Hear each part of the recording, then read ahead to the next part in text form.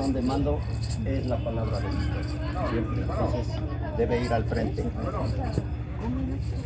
Hay otro.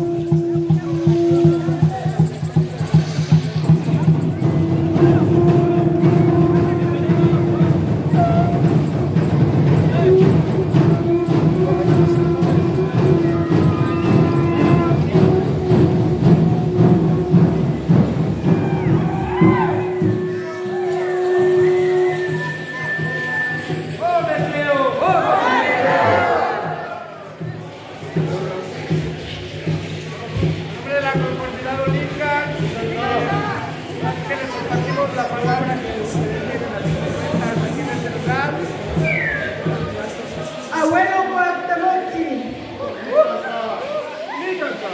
tus nietos aquí presentes,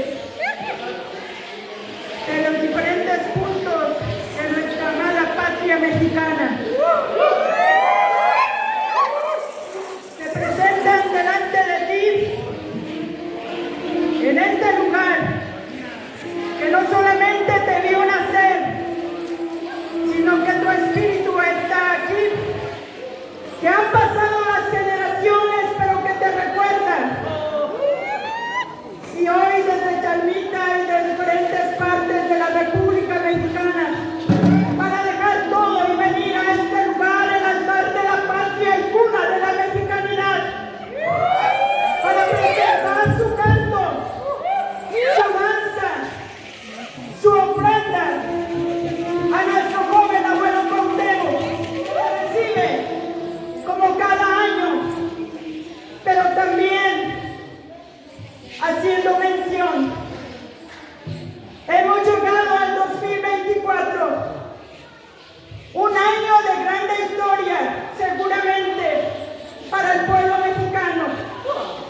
Y esta luz que se me ha entregado, este fuego, representa el esfuerzo, el patriotismo de un pueblo mexicano que no olvida sus raíces y que estamos orgullosos de la identidad que nos ha dejado nuestro abuelo Cuauhtémoc al ofrendar su vida por todos nosotros, que hoy es el momento de levantarnos como pueblo unido y tomar la valentía, el liderazgo que nos dejó Cuauhtémoc y defender a nuestra patria mexicana de todo aquel que quiera pisotearla.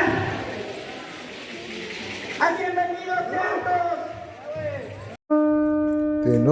Tenochakama pichli, huitzilihui, chimalpopoca iscoat, moctezuma ilhui camina, atzayaka,